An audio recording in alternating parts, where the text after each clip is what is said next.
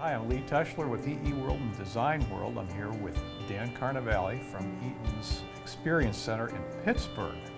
We're in a data center, and data centers used to be, they had a lot of battery backup on the server racks. Not so much anymore. Might have one of these. Dan, what do we got here? Well, Lee, what this is called a supercapacitor.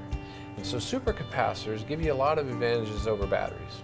So here's the thing, if you raise the temperature on a battery, and we've all done this, you leave your phone in your car, it gets too hot, you cut the battery life in half. If you just cut the battery life in half for like a 10-degree rise in temperature, okay? So for a supercap, they can go from -40 to about 80 degrees C and really not have any effects. But they're very dense, and you get about 15 seconds a ride through, maybe typically on a size, and really all you need is just enough to get to your generator.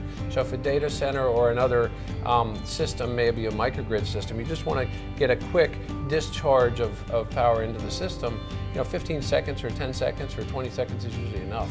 That 15 minutes that we're getting with a battery backup system is well beyond the amount of time that it takes to start the generator.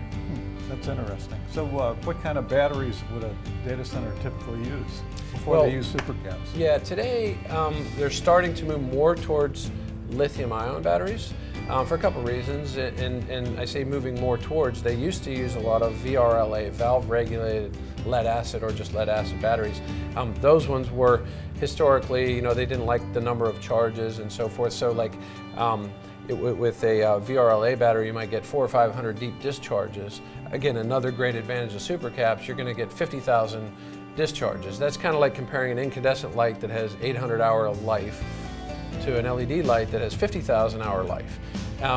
With lithium-ion batteries that they're starting to use today, a little bit more so, they're denser and smaller and everything, but these even give you an advantage over those because, again, a lot more discharges, and these are, let's say, less fragile from the standpoint of charging and discharging and so forth. So they use these to bridge the gap between short stops and starts, solar systems, microgrid type things like that, or batteries in data centers, and it actually is a battery saver.